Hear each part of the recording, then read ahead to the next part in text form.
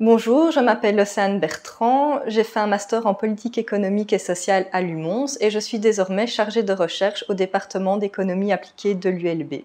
De manière générale, mes recherches portent sur des questions liées aux finances publiques belges et concernent principalement la sécurité sociale. Aujourd'hui, je vais vous présenter un article sur les prestations familiales sur lequel je travaille actuellement avec mon collègue Maxime Fontaine.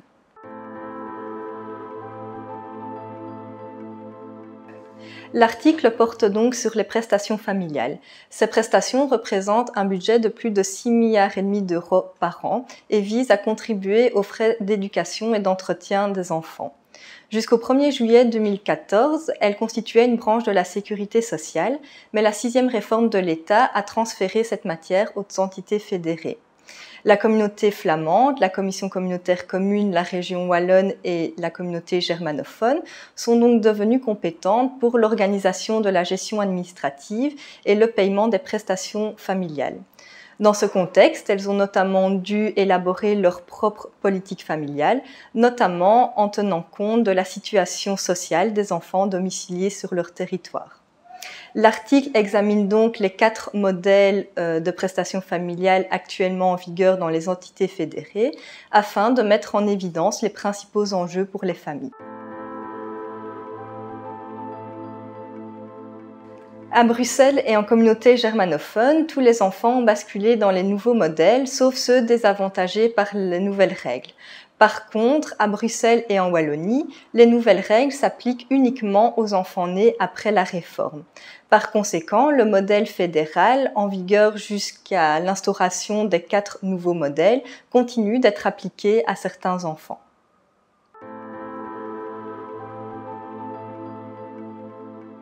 Alors, premièrement, il y a la prime de naissance ou d'adoption qui correspond à un montant unique pour chaque enfant, sauf à Bruxelles où son montant diminue à partir du 2e enfant.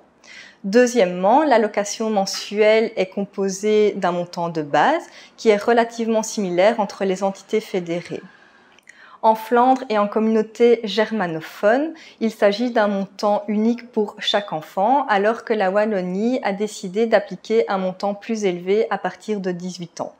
À Bruxelles, la fixation du montant de base est plus complexe puisque son montant augmente avec l'âge, mais cette augmentation concerne uniquement les familles composées de plus d'1 enfant et bénéficiaires d'un supplément. Ainsi, contrairement au modèle fédéral, le montant de base n'augmente plus avec le rang de l'enfant et intègre parfois un supplément d'âge. Troisièmement, l'allocation mensuelle se compose également d'une série de suppléments soumis à certaines conditions liées aux revenus du ménage. De plus, selon les entités fédérées, le montant du supplément est également lié au nombre d'enfants dans la famille, à la monoparentalité, à l'âge de l'enfant et à l'invalidité.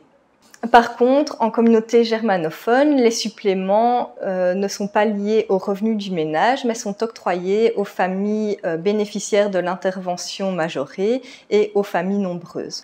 Contrairement au modèle fédéral, ces suppléments sociaux ne sont plus liés au statut socio-professionnel des parents, par exemple les chômeurs ou les pensionnés, de sorte à y inclure les travailleurs pauvres.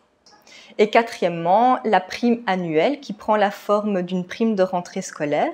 Son montant augmente avec l'âge de l'enfant comme dans le modèle fédéral. Les familles précarisées sont avantagées à Bruxelles. Avec 3 enfants de 3, 12 et 14 ans, le montant mensuel s'élève à 872 €. Par contre, cette même famille est désavantagée en Flandre puisqu'elle obtient un montant près de 110 € moins élevé. Le constat est identique lorsqu'il s'agit d'une mère célibataire précarisée. Avec 2 enfants de 7 et 21 ans inscrits dans l'enseignement supérieur, le montant mensuel s'élève à 519 € à Bruxelles contre 446 € en Flandre. Le montant est également élevé en Wallonie avec 519 € par mois. A l'inverse, la Wallonie et la Flandre tendent légèrement à favoriser les familles aisées. Avec 2 enfants de 3 et 14 ans, le montant mensuel s'élève respectivement à 342 et 340 € par mois contre 320 € à Bruxelles.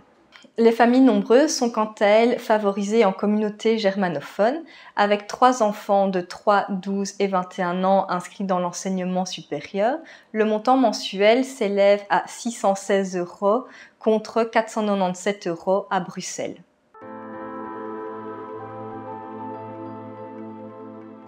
En conclusion, les modèles régionaux se sont détachés du modèle fédéral, notamment en supprimant le système de rang et le lien entre les suppléments sociaux et le statut socio-professionnel des parents.